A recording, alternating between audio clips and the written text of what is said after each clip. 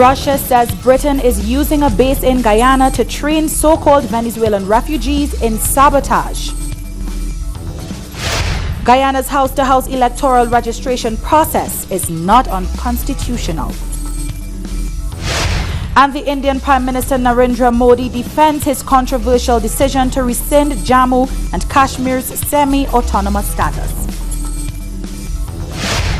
From the headquarters of Telesur English in Quito, Ecuador, this is From the South. I am Doris Polo.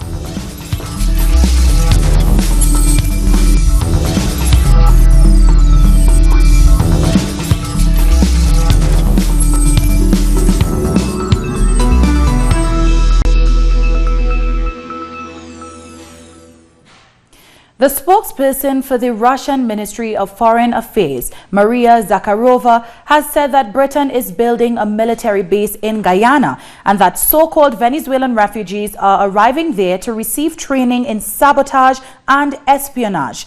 The Foreign Affairs spokesperson also condemned a deliberately misleading mainstream media campaign to discredit the legitimate Venezuelan government of President Nicolas Maduro.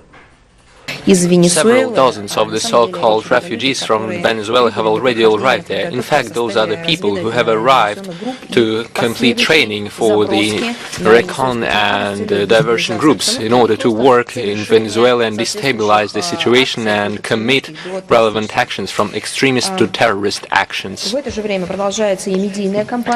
same time, the media campaign also continues, aimed at discrediting the legal and legitimate authorities of Venezuela. The Western mass media are purposefully spreading information containing accusations. The Venezuelan President Nicolas Maduro says he has discovered another plot to assassinate him. He said the plan hatched by the right wing in Colombia involved bringing 32 mercenaries into Venezuela to kill him.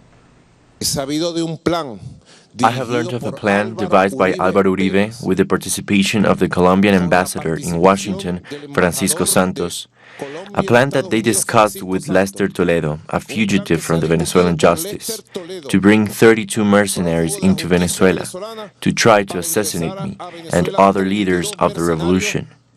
They discussed the plan in the bunker where Uribe lives. The United States government says its extended financial blockade against Venezuela does not apply to food and medicine. But as our correspondent in Caracas has been finding out, that is not the case. The subsidized food delivery program known as CLAP is already being squeezed. This is where they store food, that the Venezuelan government delivers at a reduced price to people's homes. It's one of the programs said to suffer from the White House's latest sanctions. The local food committees known as CLAP supply boxes of basic foodstuffs direct to 6 million Venezuelan families at a price of less than $0.50. The system was set up in 2016 to combat the shortages caused by smuggling and speculation. The box costs 6,000 bolivars and contains rice, pasta, sugar and milk, sometimes tuna, tomato sauce and mayonnaise too.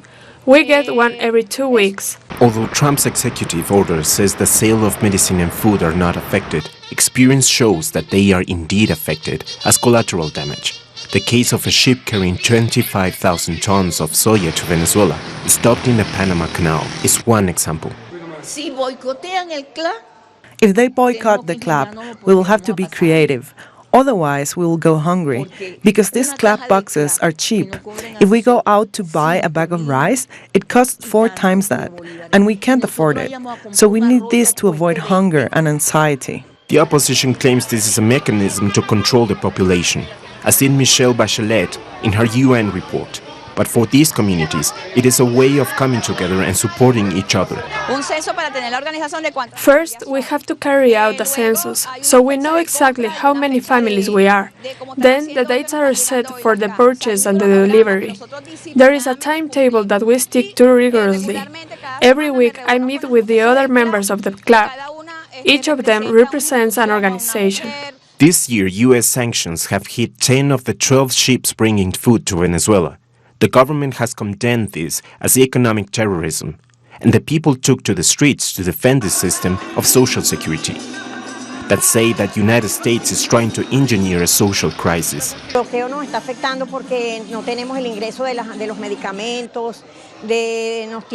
want to undermine us psychologically and emotionally, force us to hate our president.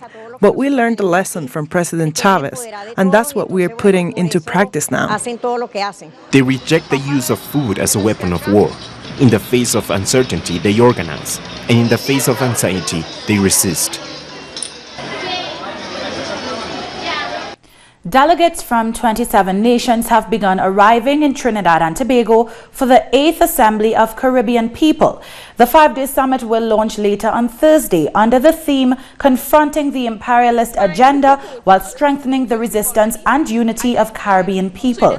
Participants will hold discussions on Caribbean integration and the consequences of racism, nationalism and xenophobia. Speaking during an interview with TV6's Morning Edition program in Trinidad, the ACP's local organizing committee member Akinde Rudder says these discussions are very much needed. And physical.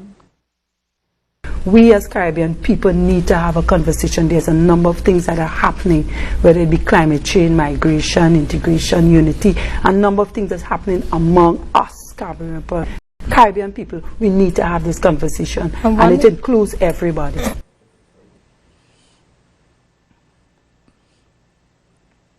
Ahead of the meeting, the Assembly of Caribbean Peoples published a declaration strongly condemning the U.S. President Donald Trump's latest extension of the financial blockade against Venezuela. It said it was dismayed and outraged, but not surprised by the new economic embargo. The Assembly has stood strongly against neoliberal projects which trample on Caribbean people's rights. Social movements in Argentina took to the streets in Buenos Aires to demand that the government take immediate action against the country's economic crisis. The protests were called by left-wing political parties and other movements fighting against the neoliberal administration of current President Mauricio Macri. The demonstrators reject the rapidly devaluing peso and the rise in the prices of basic goods. They have called for social organizations and unions to join together in the call for a rise in the minimum wage. Earlier, we were joined by Argentinian political analyst Atilio Boron, who said it will be extremely difficult for the country to stabilize due to the negative effects of Macri's neoliberal policies. The major disaster made by the neoliberal policies of Mauricio Macri are doomed to make enormous damage in the social fabric of Argentine society, and of course a major damage in the economic system, in which you have hundreds of small and medium enterprises, pymes, as we call here in Argentina, going bankrupt, and also big corporations like Honda leaving the country because there is no way to stabilize the prices of the major elements necessary for the production of automobiles. So we are in a very, very difficult situation. Boron also noted that Argentina's current political atmosphere ought to be a lesson to the wider region. I think that what happened in Argentina is a sort of sobering lesson for the parties of the right in Bolivia or in Uruguay. Uruguay has also an election the same day as Argentina, October 27. And I think that looking at the economic disaster produced by a right-wing administration in Argentina, this will probably help Evo Morales and the people of the Broad Front, Frente Amplio in Uruguay, to win the election, because all of them in Uruguay and Bolivia are watching what happened with Argentina, what was doing the Macri government, and looking at the results, I think that this is a good support, indirect support to the aspirations of renewal of Evo Morales and the Frente Amplio in Uruguay. Still to come, Ecuadorian environmental activists take control of the country's electoral council. Don't go away.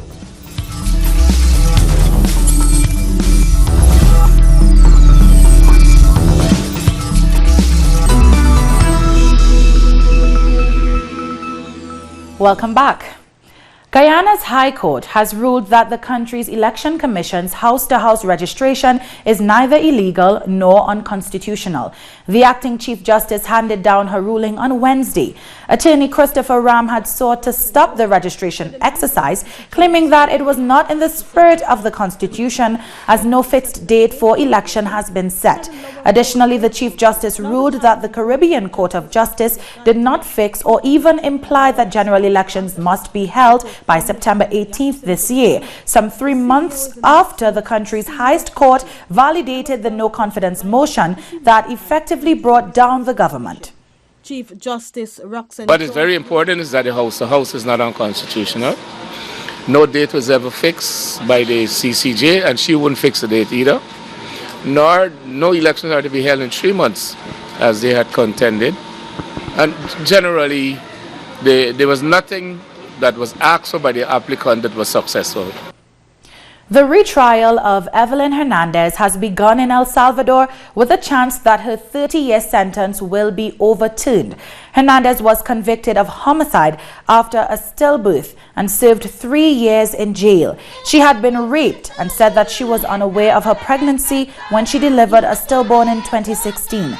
The termination of a pregnancy is a crime in El Salvador, and according to the Citizen Group for the Decriminalization of Abortion, 147 women were sentenced to up to 40 years in jail for terminating a pregnancy between 2000 and 2014. I have always told you that I'm innocent. My goals are to keep studying, and I only ask the prosecution to think things through, because I'm really innocent. Also, to the judge, I know that he will do justice. God willing, all will end well. I'm innocent. In Honduras, protests are intensifying against President Juan Orlando Hernandez following his alleged links with drug trafficking. On Wednesday, riot police officers in the capital Tegucigalpa repressed students from the National Autonomous University of Honduras who had taken to the streets, demanding that the president resigns. Protests have been going on for several months now, but tensions have been escalating ever since a report published last week showed that President Hernandez's brother used drug trafficking money to support his 2013 presidential election campaign. In other news, anti-mineral and oil extraction activists have occupied the Ecuadorian Electoral Council in the capital, Quito. Yasunidos activists pledged to remain protesting at the council until oil extraction in the Yasuni National Park in the Amazon is stopped. The demonstration takes place 6 years after a failed agreement to keep 1 billion barrels worth of oil under the ground was signed. The activists say the current reactionary government of Lenin Moreno is failing to take environmental precautions mandated by a 2018 referendum. Our consultation is in limbo. They are continuing to violate our right to participate. We had an audience yesterday in which it was possible to see all the apparatus of the state continuing to violate the right to participate of those that sign our consultation. They are also violating the rights of those who vote in the referendum for greater environmental protection. Question number 7 in the 2018 referendum held by President Lenin Moreno. They are not complying with the result of that question. Now, in the second report in our series Minas Gerais, Mining Conflicts in Brazil, our correspondents show what life is like for people in the city of Mariana. 4 years after the collapse of a mining dam, they found that reconstruction work has been painfully slow. The ruins of a community destroyed by mud conserve the memory of that day in November 2015. When one of the dams belonging to a mining consortium of Samarco, Valley and BHP Billiton collapsed. 50 million cubic meters of mining waste poured into the Doce River and poisoned 43 towns. They called it the worst environmental damage in Brazilian history. 19 people were killed. Here in the Paracatu neighborhood of Mariana, the community remembers what it was like here before. Life here was good. We had parties, we had fun. We were friends with all the neighbors. Now there is only sadness. 4 years later, no houses have been handed over to those affected. They've only just started putting in the infrastructure for resettling this community. In all of the cities that were drowned in mud, people are still struggling to get compensation. Others, like small-scale fishermen and miners, are struggling even to be recognized as victims. And nobody has been punished for the collapse of the dam. The river provided us with everything, but now everything has changed because of this crime. We can't swim, we can't fish, and we can't work on the river, so we can't do anything. We lost our lifeline and now we are abandoned. The three companies responsible for the disaster set up the Renewal Foundation to rebuild what they had destroyed. But the victims say the foundation has done little to repair the damage. A sense of injustice still exists because while people have returned to their everyday life, it is not completely normal. They want to be compensated, people want the company to pay for what it did, but that hasn't happened. The restoration of what was destroyed when the Fundão Dam collapsed in November 2015 is very slow. The victims continue to fight for justice and compensation. But how long must they wait for the mining companies Samarco, Vale and BHP Billiton to answer for the crimes they committed against the environment and the Brazilian people? André Vieira, Sebastião Soto, Telesur, Brasil. And staying in Brazil, lawyers of former President Luiz Inácio Lula da Silva have called for the suspension of the prosecutors of the Lava Jato operation. Lula's defense team applied for a habeas corpus at court on the basis that Lula's case hasn't been handled according to his rights for impartiality, presumption of innocence. The lawyers used the recent Intercept leaks about Justice Minister Sergio Moro and Lava Jato lead prosecutor Deltan Diagonal to build their inquiry, both of whom knew about the lack of evidence against Lula. After the break, UK opposition leader Jeremy Corbyn puts together an offer to avoid a no-deal Brexit. Don't go away.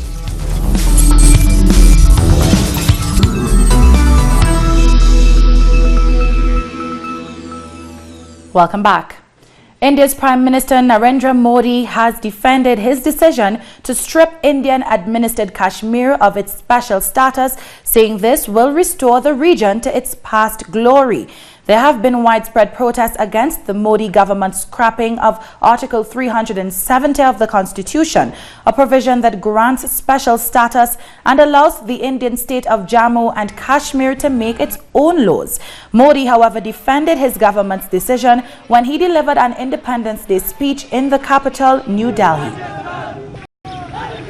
The job that was not done in the last 70 years after the new government was formed was the work of removing Article 370, and Article 35A was done within 70 days. It was passed by both the houses of India, Rajya Sabha and Lok Sabha, with a two-thirds majority. Pakistan has claimed that 3 of its soldiers were killed in a cross-border shootout in the disputed region of Kashmir, but India has denied Pakistan's additional claim that 5 Indian troops also died in that gunfire exchange. A spokesperson for Pakistan Armed Forces tweeted that its soldiers had died along with 5 of India's when Indian forces opened fire along the contested border known as the Line of Control. The continued patrols by the South African military in Cape Town have brought some relief to the city's residents after deadly attacks last weekend. Residents who have lost their family members to gang violence remain frightened by gang shootings. However, they said they feel a bit safer by the presence of the military in the area. Several suspected gang members have been arrested since the deployment of the military in July. 2015 they killed my cousin that used to stay with me for 9 months. He wasn't a king. They just killed him for nothing and told me that it was a mistaken identity. 2018 they killed my 15-year-old son, which I believe that it was because he was a witness who saw who killed my cousin. That's why they killed my son. Suspected AlShabaab fighters have attacked a military base in southern Somalia, killing a journalist and several others. According to local residents and military sources, the attack happened in the early hours of Wednesday. The base commander said the attackers used car bombs to breach the base's defenses before more gunmen stormed in. The military could not provide the exact number of casualties. Since 2006, AlShabaab has been trying to overthrow the UN and African Union-backed Somali government. Portuguese fuel truck drivers have entered the fourth day of an indefinite strike despite government threats. In spite of an order from the government to end their strike, the drivers have vowed to remain on strike until their demands for better salaries and conditions of service are met. The Truck Drivers Union has, however, indicated that it is ready to talk to employers. To end this strike, to end this situation once and for all, with this chaos which is being created and will increase. It will increase because the gas stations will start to run dry. This chaos will increase and the revolt of the drivers will increase. I wanted to launch a challenge here, publicly, since everyone is filming, to Dr. Andre Almeida, to Antrim, so that tomorrow at 3 p.m. we can meet at the Director General for Employment and Labour Relations to talk. The leader of the opposition Labour Party in Britain, Jeremy Corbyn, has presented his clearest plan so far to prevent the UK leaving the European Union without a deal. In a letter to other opposition parties and dissident Conservative MPs, Corbyn said he would present a vote of no confidence in the Prime Minister Boris Johnson at the earliest opportunity. He called on the other parties to then install him as caretaker Prime Minister for a limited period while fresh elections were held. He said the Labour Party would campaign in those elections for a new referendum on Brexit, with remaining in the EU as one of the options. Analysts say the move is likely to be supported by the Scottish Nationalist Party, the Welsh Nationalists of Plaid Cymru and the Greens. The Gibraltar Supreme Court has ordered the release of the Iranian oil tanker Grace 1 after it was seized by British forces last month. The aggressive move caused a standoff between the UK and Iran and worsened tensions. The United States made a last-minute request to the authorities to stop the release of the Iranian vessel. Iran criticized the seizure as illegal and condemned the operation as piracy. And with that, we've come to the end of this news brief. You can find these and many other stories on our website at telusurenglish.net. And join us on social media, Facebook, Twitter, and Instagram. For Telesur English, I'm Doris Polo. Thank you so much for watching.